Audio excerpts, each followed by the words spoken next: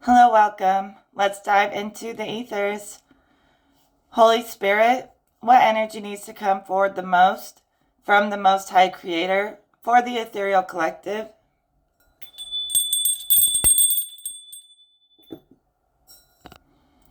Love is not a weakness. Try to remember that this Valentine's Day. Some people believe that if you don't love anyone, you can't get hurt. If you don't care, you can't get hurt. But that is just pride and pain speaking. Humans are naturally very loving. These so-called humans that don't have love in them, I don't even think they're real humans. They're inhabited by demons or something. And so many have allowed these demonic people to turn them cold as well. We really do create everything we experience. So I was actually testing this last night in a meditation. Every time someone has tried to harm you, we actually do it to ourselves. We create it, and we don't even know we're doing it. Let me break that down before you freak out too much, okay? Raise the frequency, please, Spirit. If we're talking about these demonic people, they're not even in the equation right now. But the other people who are actually real and have a soul, we're talking about them. Say somebody is always targeting you and they're a real person, because if they're not, you shouldn't even care about it. But if they're a real person and you feel this attack and you tell yourself, oh, I don't like that person, they're just really cruel, they really have no heart, they just like to cause me harm, I don't understand why they do this to me. You know, that internal stuff we tell ourselves when we're under attack and we don't know why. That person who's attacking you is thinking the exact same thing, like a mirror. The real souls, they mirror each other and on an infinite level. So that person's also thinking, I don't like them. I think they're weird. I think they're trying to fight me. And in that commonality between your thoughts is where you're attracting this energy. So if you start switching your thoughts, which will switch the energy that the thought is carrying, and thoughts carry energy from one person's mind to another, so they're traveling. So I see thoughts traveling along grid lines from person to person in a perfect mirror. And it's a misunderstanding. So I don't think anyone is trying to hurt anyone. I think we're all just trying to feel loved and safe. And sometimes we feel like we have to protect ourselves to feel safe. But if you believe in the power of love transforming anything, you can use love to change this entire karmic situation. This is just an example, right? Two people are like having this mental battle. Both of them think the other person is wrong, and neither of them knows why the other one's mad at them.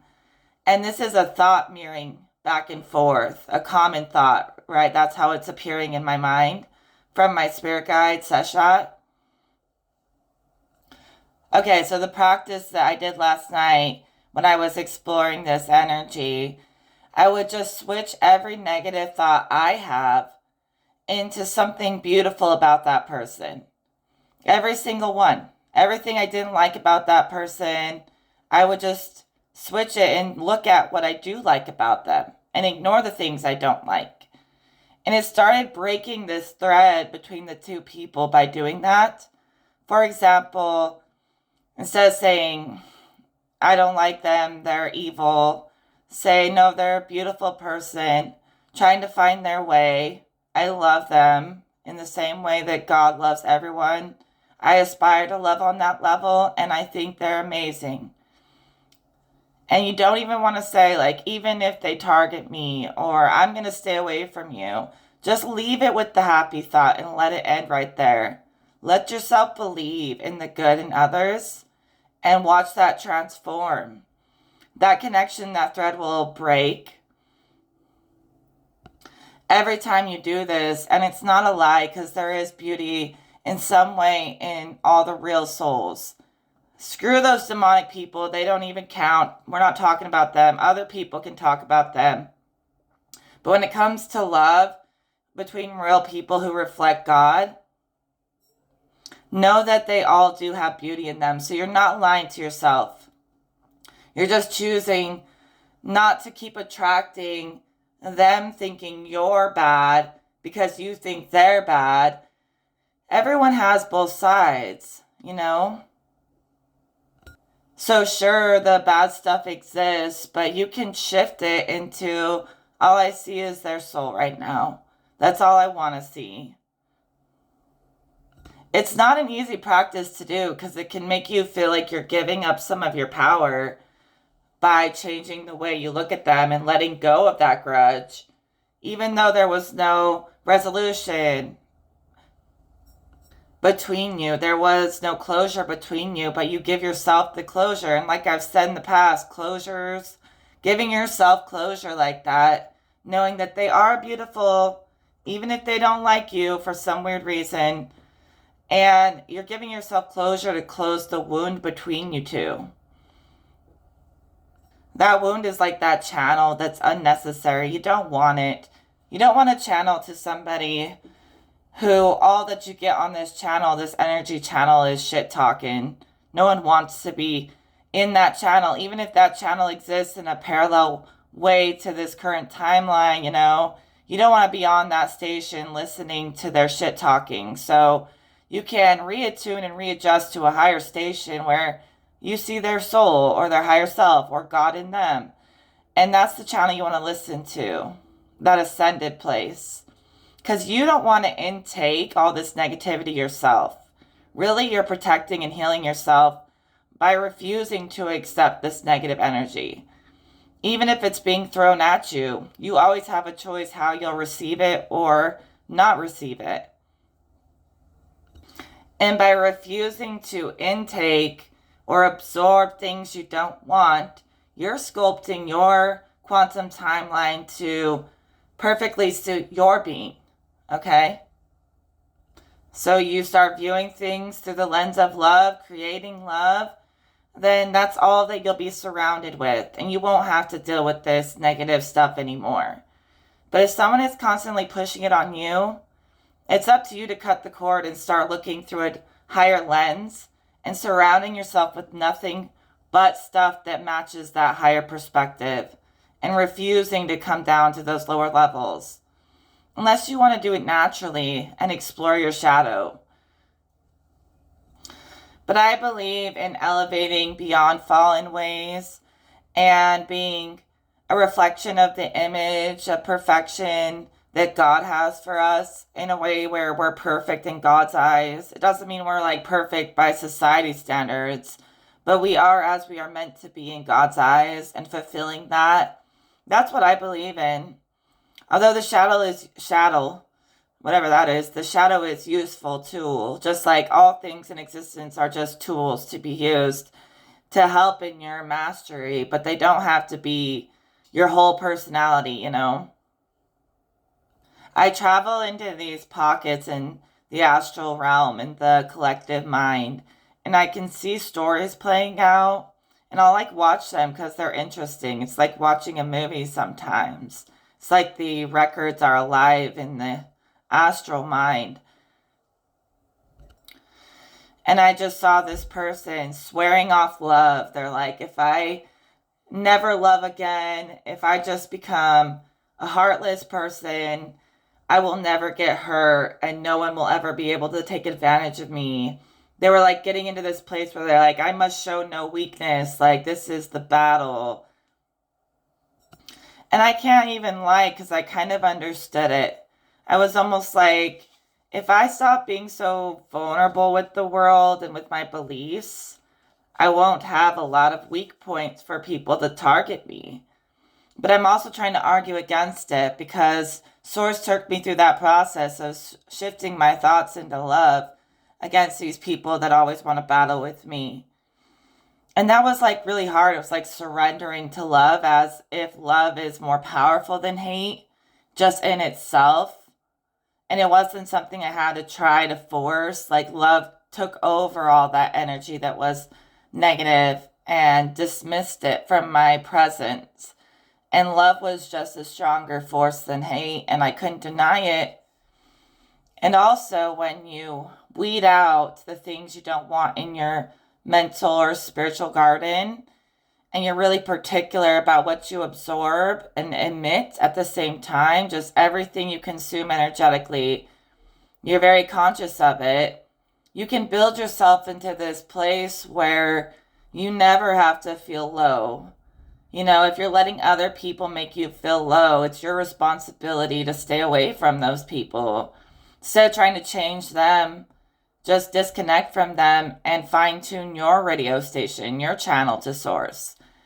And it's like almost toxic to overly absorb, like get too much advice from others or opinions from others or be on the internet too much, because you can lose yourself in that.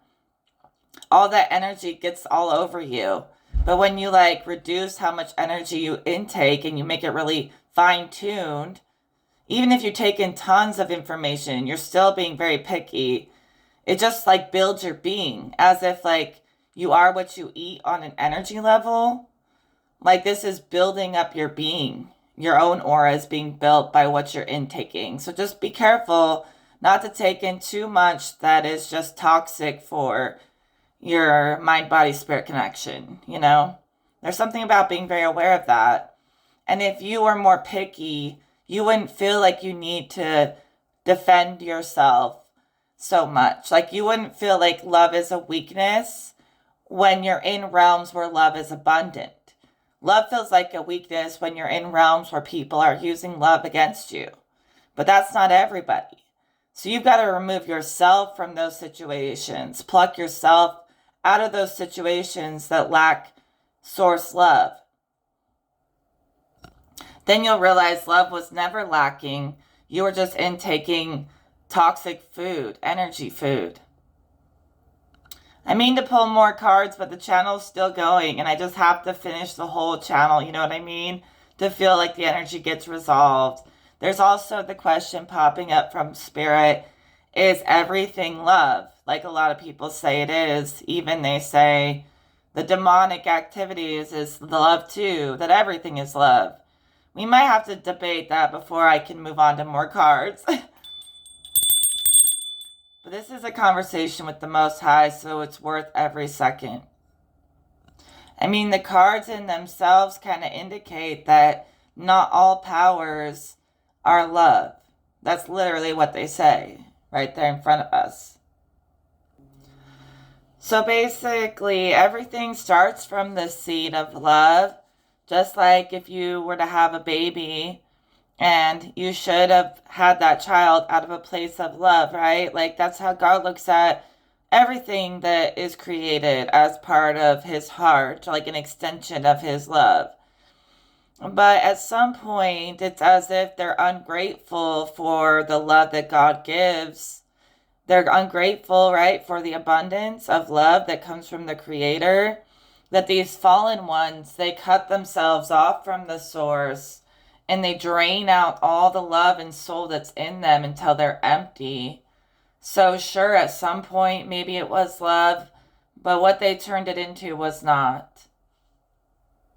And again, it's all about how you choose to look at it, but they're limiting themselves from connecting to love because they find more power in the inversion or some kind of thrill out of inverting love. So love is kind of very close to energy, but love is a couple steps down from just raw energy. So people can invert it or mold it into whatever they want it to be. They can literally cut off the supply and turn everything inside out. But, you know, originally it all originates from a good place. God created from a good place. But also people chose to exercise their free will to the extent that God was no longer present in their being. Whatever was animating them before died. Like the energy of source, it animates the body. And when somebody cuts that cord and that channel so aggressively by being so wicked, They're being animated by demons at that point, and that's what God is calling these demonic people. People who limited their love, got thrill out of inverting themselves inside out or something like that, and they got reanimated by lower world entities, and the person who used to be in there is like in a little box somewhere, like crying and can't even escape. Like they've replaced the person that was in there before. For real, they replaced them. I'm wondering what happens to the person soul like once they get replaced, like where does it go? And I just see like this little tiny person trapped in a little tiny box, kind of in a limbo, just crying, like eternally, just in this little box all alone, while their body's been taken over by something else. Anyways, yeah. So would I call that love even still? I don't know. Love may have been the spark, but at that point, at that level, it's not love anymore. Not when demons and humans have gotten their hands so deep into it that they've turned it into something else. And that's part of God's creation, is our ability to take what is given and transform it into our own reality, our own version of what is given. So in a way, they just did that. And once man gets their hands on nature and changes it and distorts it, it's no longer the same image that it was when it was God's creation. They changed it too much. They altered God's creation way too much, this fallen people. That's why when I speak of fulfilling this purpose that God gave us, that gives our soul a purpose for existing, fulfilling God's image for us, where we perfect in God's eyes to our highest form, our highest self, that is when you're working with what God has given, the real love, the unconditional love that God has given without humans limiting it. Because God's love is actually limitless when it comes to raising up and being elevated up this staircase to heaven or whatever. And the levels of heaven you reach are just get better and better and better. And it's not a small thing to be working with the Most High creators, because you might think you've maxed out on levels of heaven, but there's more places to go, more to learn. And in the lower realms, they're just closed off to learning about love and beauty. Like, they don't really see beauty in love and beauty. They see beauty in ugliness. So they're trying to turn ugliness into something to worship. But when you worship the beauty of God's creation naturally, and you see it as it is, and you love benevolence, and then there's like endless realms of heaven too. Even sometimes in my meditations, I'll go straight to God and I'll be like, can you just show me something cool? Because I can see so vividly in my mind's eye. You can't even believe how vivid it is in there. Maybe some of you probably can. I don't know what I'm talking about. I bet most of you can, or you wouldn't be watching me. And I've seen like these kingdoms, these like clear crystallized kingdoms, golden kingdoms, but they don't look like a kingdom on earth.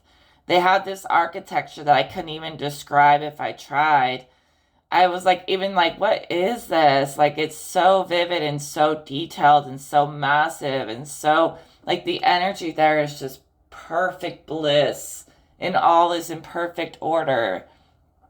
And then God was like raising me up to the next level, and there was another kind of heaven that was kind of like crystal and clear. And he was saying like, just keep being a good person, and I'll show you everything that's waiting for you in the next life. Once you are not in this container of this body, there's a whole other world going on in between dimensions that we can't see. This earth plane is so mundane compared to what's really going on And if you get out of the karma trap of this earth and you're good in God's eyes, like you go to the real world and it's like a realm of portals, of everything I see in these visions, like kingdoms and portals and different dimensions, just of all kinds, is what the real world looks like. More like a dream, but you're awake in the dream and you can actually travel. And you don't even really need a lot of like all this physical sustenance. You don't need food and water and sleep. It's like astral projection, but that's the real world. And if you get out of the karmic loop of the earth plane, they can wrap you back in here. If you clear your karma enough, you can go back to the real world and get out of this earth game, earth plane thing. And in the real world, it's like being just back into the quantum mind without even needing a physical body. But part of going through physicality, it helps you be able to be stable in the quantum mind. But I'm telling you, that's the place to be. It's like a dream come true in there. It's like the real world. I know it sounds ridiculous, but these astral planes and planes of the mind are the more real way of living, where we have like quantum abilities and we don't have a lot of physical body to work with. So we don't have a lot of physical. And that's a level beyond the physical. So the physical will help you fine tune and hone in on your quantum abilities. So when you go into that next incarnation, you can hold form there. But that place, it's all mental, so you don't need any food or water or anything. And you have a lot of abilities, and you can actually like wake up in the dream, where the dream is real life. And this was just like a training simulation for that. Also, you can escape the afterlife where you're in the realms of the mind, and you can go straight to the spirit realm in all those like kingdoms and palaces and whatever they are. But you have a lot of freedom to choose what you want to do. Like, God is trying to say that people think there's all these rules and there's this strict afterlife, when it's actually very free and very fun. You can like go into the quantum, you can go into spirit. Just make sure that like you're in alignment with what God has planned for you, for your soul to be clean, and you can do whatever you want. Because he's not going to let these demons, these dirty energies, into these higher realms. So what we're traveling is a higher mind and a higher spirit. And so you have to be pretty pure to get to these places in the next life. Even in meditations in this life. And people who aren't pure enough, they can go to the underworld, the hell realms, trapped in the lower self, in the lower mind. Or they can maybe reincarnate on the earth plane if they have potential to be able to ascend out of the cycle of incarnation. But if they're too evil, like they will go into these underworld dimensions where they can't even incarnate. They like cut off their energy supply when they cut off the love and the source.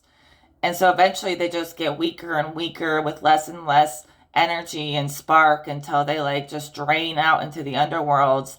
And they can't even incarnate. That's why they have to take over bodies to experience life, because they don't have enough of their own energy. So they have to relearn how to carry form on the earth plane. They have to build that. And then when you're on the earth plane, you have the potential to go to the higher levels.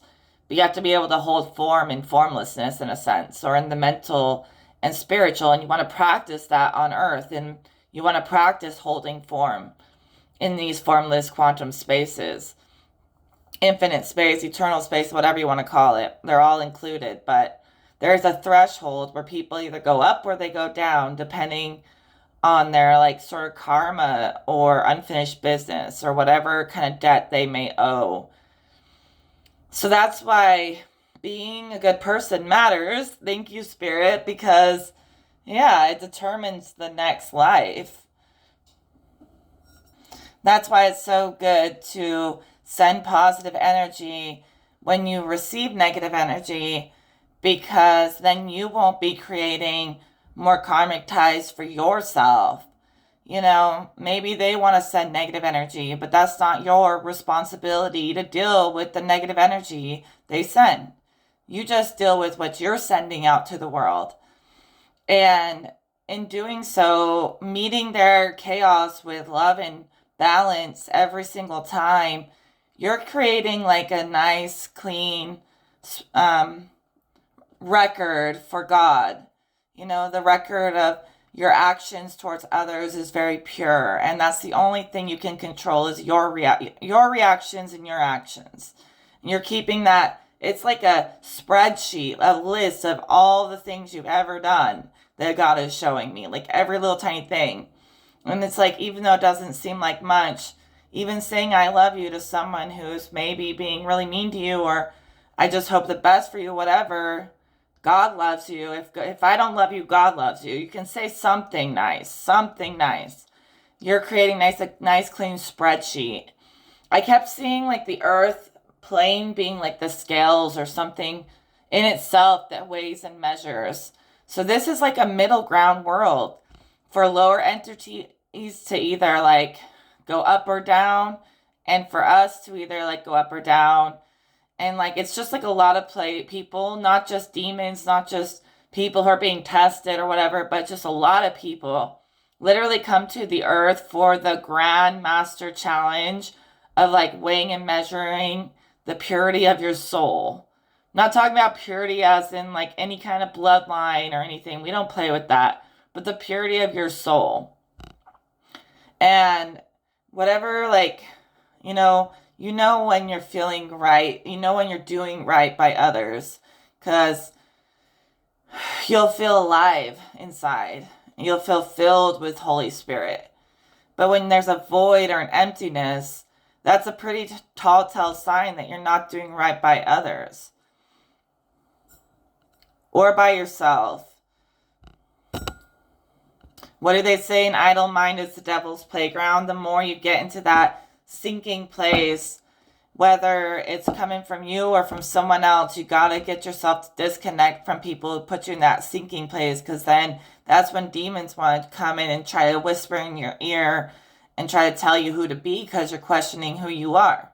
And that's when they sneak in, was when you're really impressionable, And that could happen to anyone, but there are some extreme cases where people intentionally like vacate their soul for entities to come in, like, really evil people. But naturally, like if you're just like so doubtful of yourself and you're surrounded by people who make you doubt yourself, and that energy builds upon itself, it starts to make you like prime pickings for the devil to try to put a demon in your body, because the demon will start telling you everything you want to hear to gain access, and it'll try to shape you into a demon too, and it'll make you feel like the demon was there for you when no one else was, when you didn't know yourself.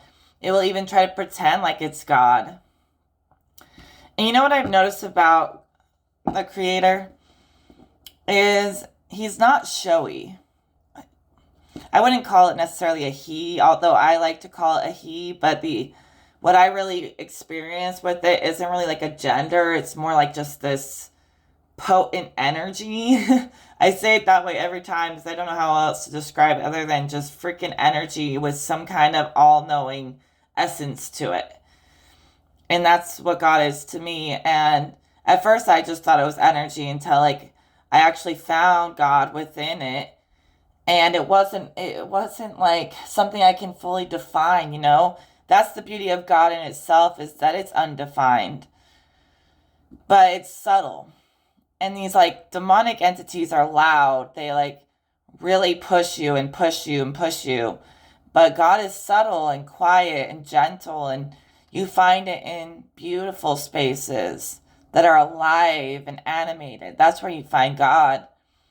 God exists within all this lower stuff, but I literally see it like being a channel between God and then just sliced in half, as if they've lost connection to the energy supply and they're left with whatever they just have inside of them or whatever they can steal from others. They're like vampires. Like they have no way of generating life or incarnating into a higher realm or getting more energy, so they have to steal it. Like, they have to find ways. They literally almost can't even die because they've disconnected themselves from source. If there are such things as vampires, Spirit says they, like, not being able to die properly is one of the worst curses that you could ever experience. And the fact that we can even die and be reborn in different realms in different ways means we are connected to God, because God kind of is the life force flow, source flow of life and death itself, the breath. And so almost like being able to incarnate in these new places, that's God being in your life. And these people who are either trapped in the underworld or trapped on earth, they can't seem to rebirth in a higher plane because they have no God. And they always feel kind of drained and have to like siphon off others, like real vampires. It's really interesting. So Spirit is like comparing these vampiric people and then people with life in them, talking about like with God, with life, with the breath and the receiving and expressing and the cycles, all that stuff. That is God moving in cycles in your life. And people who don't have that, they like are in limbo, like that box in limbo earlier, that person in the box. And they don't get to like feel all these different transformations. They feel like frozen kind of in time or in one place or in one personality. Even if they can fake all these other personalities, they don't really feel anything. They feel very numb, like nothing really changes, and that's a cold, stuck feeling they're in. While when you have God, you're going through cycles and transformations and good days and bad days, but it's always changing. So there's this like place of never changing and this place of constant change, and the constant change is being viewed as natural and beautiful. And it seems a little backwards in my head, like there's these two arrows flipping back and forth in different directions between left and right and inward and outward, as if people think it would be great to be a vampire, right? Like to never change, to never die, whatever, to not need anything like what humans need. But it's actually just this like hanged man stuckness. And to be human and to feel all these different feelings, to still feel feelings, that's your soul speaking. I mean, they can't feel, the vampires can't feel because they have no soul. And God says your soul is the reason why you can even feel love or even feel bad about your actions. So it's the better choice. It's what is intended for you. This whole planet, okay, is themed to go through cycles, right? Because that's the process of weighing and measuring your soul. And it's for everyone, but if you can feel how you treat people and correct it, you still have a soul. And they have no soul, so they can't feel anything anymore. And they can fake like they can, but they can't. And when you really genuinely feel, you can't fake it. So part of the whole test of this planet is to see how you will deal with these many, many aspects of the heart. You know what I mean? And going through all of that learning is necessary for the next dimension.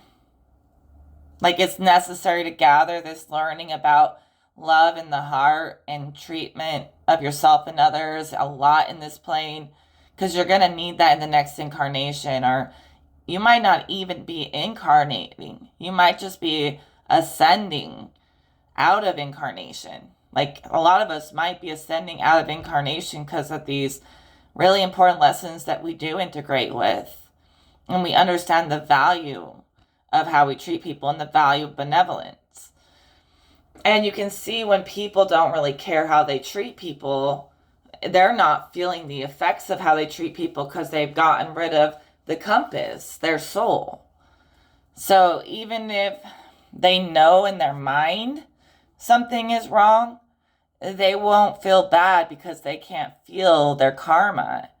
And that's when these people, they get in this vicious place where, like, to get out of the underworld cycle, yeah, they're going through an underworld cycle, but it's very slow, and it's very just not, I mean, it's like this very slow turning wheel that barely moves, but it's moving a little bit. Like at some point or another, they can get a chance at redemption, but they just keep digging themselves deeper and deeper down into the underworld.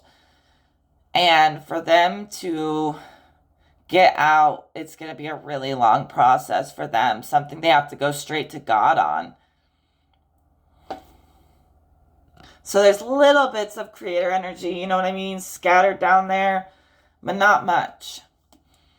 And you can tell if someone has no soul if they don't feel anything that they do. And it's kind of there's a contradiction here. I was talking about earlier about clearing up your karma to get out of the earth plane, right? They want out so bad, but if they can't feel anything, they're going to have a hard time clearing their karma. So they have to literally reconnect their channel to God to even clear up this karma, to even get a chance to get out. Like I said, it's a deep pit down there for them. But let's stop talking about them. Let's keep talking about higher levels. They're good things to know, right? I just want to say I don't see the underworld as fire and brimstone. I just see it as like voids. There's a big pit in there. You can fall in the pit. And it's like you're falling inside of your lower self. It's like really being trapped in the lower animalistic natures. So trapped into it that you can't even mesh with this plane. So they just keep chipping away at their energies until there's nothing left, and they're trapped in that little box deep within the collective mind, in a place where they can't even reincarnate. So we don't ever want that, right? And I wanted to say something. I didn't want this to be all about talking about demons. I'm not talking about demons and God in a traditional sense. I trust what I have found in my 10, 15 years of meditation. Okay, that's what I present to you. Although God has spoken to me in these ways, talking about us being an image of God. And I think it is so literal. I really do. I don't just think it means he made Adam and Eve to look like him, like in a similar... God doesn't even have a form. The image of God is about your perspective on life and what you embody. If you embody like these values that God embodies, that's being in God's image. But it's not forced. You can separate from it. That they can. Hopefully none of you will ever. But yeah. Yeah, the Creator expresses itself through all of its creations. So that's why we're so important. But yeah, there are just many, many, many, many infinite dimensions. So anyone limiting you doesn't have a proper connection to the source channel. Because if they did, they wouldn't be like, there's only 9 numbers. Like, no, there's infinite everything. It's all everything and nothing all at once. God is like everything as a nothingness, as an essence. And we are like nothing yet everything as a collective image of God. So like God's thoughts and actions. So we're God inspired by God, right? And God is more like the essence, the energy that animates existence, all of creation. Anyways, I'm not going to talk about God too much more. I had something else I wanted to say and I lost it. Kind of lost the plot and started rambling, but maybe that was spirit intervening a little. So let's shift energies. just wanted to make sure I covered that thoroughly, but it just sort of disappeared. So I think I was trying to say that everything is infinite. So really, you know, it's all a big circle. It's all 0 point energy. It just depends on where you align yourself, but you get right on that center point where everything perfects and connects with God just so. That's what I'm talking about. I passed through that place. That's where I met God. And I realized I am one with Creator. I am the Creator's, inspiration. And He wants us, the Creator wants us to help these fallen beings. I think that's why we keep talking about it. But what are numbers? Like human creations, right? Just gotta start thinking outside of the box. I'm not getting into that. I don't even know why I brought that up. Wow, I remembered what I was gonna say. It came back to me. Thank you, God.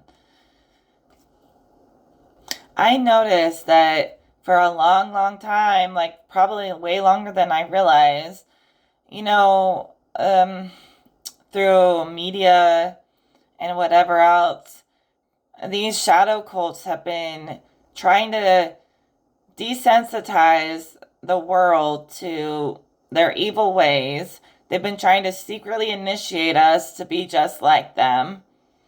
And it really was working on people. People really kind of went onto Satan's team a little bit and thought it was all fun and games. And the controlling factions like programmed us into doing that. They pushed everyone into it. And I think it's a more intricate web than we even realize. So I'm going to start separating from anything I think might have come from them trying to initiate, because there is a clear difference between the right path and the wrong path. And for a long time, I taught people to desensitize themselves to anything that may scare them, to take their power back from it. But I didn't even know that that was like a way of these shadow cults, how they are. And they probably did that to me to try to initiate me to like think that it was okay to be on the dark side when it's not. And they do it in really sneaky ways. So, although I still stand by the fact that if you see something scary, change it, don't just freak out. It works, but at the same time, being sensitive is beautiful. It's a sign that you're fully innocent. You're still like reacting to things properly. Like you see evil, you feel it. You still have a soul telling you something is right or wrong. Don't ever jump to conclusions. Use discernment. Center yourself in your own self-reflection. But it's also quite beautiful to still be very sensitive. I don't know. All people have beauty in them. But let me reiterate, if they are real people who still have a soul, there's got to be something beautiful in them. And I can still feel things. That's why I still feel the need to transform energy. Because if I couldn't feel or I didn't care, I would never help anybody. I would never do anything benevolent ever. I wouldn't care. But I still care. Oh, that's a Beyonce song. We're not singing that. But I do really care. But I think you should change the image in the way of fine-tuning. But that innocence, it's precious, so be proud of it, Spirit says. I'm talking about the innocence of the soul, It's how you know it's still in there. So everything I've talked about today, I'm talking as if I'm talking to God because it's very serious. And I think we need to stop their tactics of brainwashing us to be like them. Well, we still can, because God is not playing games, or it doesn't want anyone. Like the games that they play, you're playing with your soul. And that point of no return, that point of not caring, that's a dangerous game. And it was never meant for us, to any of us, of God's children, to be participating with their ways. They've tried to brainwash it into us, program it into us, and it slipped right by so many people. They even fake like spirit guides, like they love you or they're helpful, just to get you in the game. And I'm completely out. I'm not interested in anything. I'll go down, I'll utilize my shadow for things like this to talk about serious topics without fear. But like I said, I'm only going to surround myself with things that add to the value of my life experience. I'm not going to surround myself with things that bring me down. Why would I do that? I've had enough of that in my life already, and I'm sure you have too. So sit in the creative seat, right? Yes, the creator is in the throne, but you're also sitting on a throne of your own, where it's like being unwavering, right? Where if you go into the rabbit hole, you did it consciously and you know what you're up against and you know you're not going to get tricked. And if you choose to stay away from their pits and their endless rabbit hole and stay in these elevated places, you chose that consciously. It's something about working with God helps you to have more creative authority over the way these cycles move in your life. So you don't feel like you're being pulled around by the cycles, but you feel like you're riding the wave, you're on top of the cycle. And that's why God gives you truer inside access that is quiet and gentle, not like them, but like God's is, it's true. You just know it. It speaks to your soul, and it will never steer you wrong. And God gives you endless access. God does not want you to be ignorant, or anyone to be ignorant or blind. Endless information from source. But if you get too stagnant, too disconnected from the source, then you start getting the demons trying to feed you information. So just never cut that cord.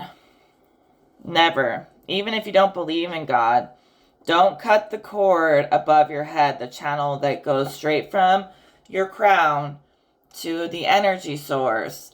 Even if you don't believe in God, if you cut that, your soul and your sense of love will diminish. And you'll get sucked into their power battles. But with God, you can sculpt your life. You don't have to be whatever He says you should be. He doesn't want you blind or ignorant. He wants you filling your mind full of information that is of the highest source, so that these fallen people can't even get in. You're so educated. You're so close to God. You're so in the loop with God, instead of with these drama people, but you're in the loop with God. And because of that, there's no room for the devil to creep in. You have a full, strong knowing of yourself, even if that knowing is still growing. I have to do the exercise from last night. My spirit guides were just telling me to. They're like, stop saying those evil people, those demonic people. Just say those people. Okay? Because it's good for your karma. I just don't want people blurring the lines, because I know how to be on the proper team. And I'm not going back to anyone else's team for anything. That's like playing with your soul. Maybe if it was just for fun, okay, but any of those demonic games is playing with your soul, your life. And it's very, very dangerous down there. So Spirit is asking us to come into a centered place of union within our thoughts. And, I feel like I'm being a little bit aggressive, talking about them, trying to basically hijack your mind and the things they are doing. But I'm telling you, just stay close to source, keep your track record clean, and God will do all the work for you. just keep learning and keep embodying and just keep, you know what I mean? Elevate, elevate, elevate. One step at a time or one quantum leap at a time. That's up to you. But be proud of every day, every step, and allow yourself to be present every day. Allow yourself to be one with the movement of the day. Don't think about everything that's coming or everything that happened. Once you're like riding the wave of the cycles God's putting you through, you're on top of it. It's like you just want to enjoy what's happening right now in this present moment and not stress about everything else. So unite with the moment, your current state of awareness and being, and you'll find your truest self in there in a way that doesn't have to morph into somebody else to please anybody else. It's like a lot of people who lose themselves are just trying to please others to the point where they didn't realize how serious it was until it was too late that they were like giving themselves away like that. But when you just like really allow your energy to be so raw that nothing else is affecting you, you kind of find your signature, your soul self in there. And that's what I'm talking about, making things fine-tuned and clear. It's fine-tuned in a sense where you find your most authentic self without all the noise, and then you build off of that. And it's so unique. And when you're in alignment with Creator, these lower forces can't get in. But by playing their little game and letting them try to train us to be their future puppets, that's how they get in. There's a very clear distinction. You can't dress up their wicked ways and try to call it beautiful. It is what it is. It's not beautiful. It's wicked. You know, and in realms of your soul and God, it's undeniably pure. There's nothing to argue about. And your thoughts will get clearer. Your health will get better. Everything gets better when you know yourself through God. Through God. So we went through a portal, a doorway of higher truth. That's the door that God opened. And I learned a lot in this channeling session. And just know that you're protected in the truth, okay? All of this source information, right, is available for anyone. Just go on an adventure of transformation. Go on adventures in your mind and spirit, and you'll hear the voice of God. It's not intrusive, though, so those intrusive ones, they gotta go. You know, I use these words like fine-tuning, but Spirit's really calling this reading about resting into alignment. Resting into your authentic signature and going from there. Again, everything I say in readings is situational, so there are times to fine-tune, times to not, and just settle, but center or whatever. But, you know, it's all for different stuff for different days and different cycles. But I think I'm going to leave that at that, you know. Just building new ways, looking at the way we move it. You know, what we choose to align to in a new way. That's the adventure that we went on in this channeling session. I hope it was helpful. In fact, I know it was. I would really appreciate any donations if this has been helpful for you. It would mean the world to me to be able to receive back some of the energy that I put out. But either way, I'm here for God. So I love you guys, and I will talk to you in the next one. Take care.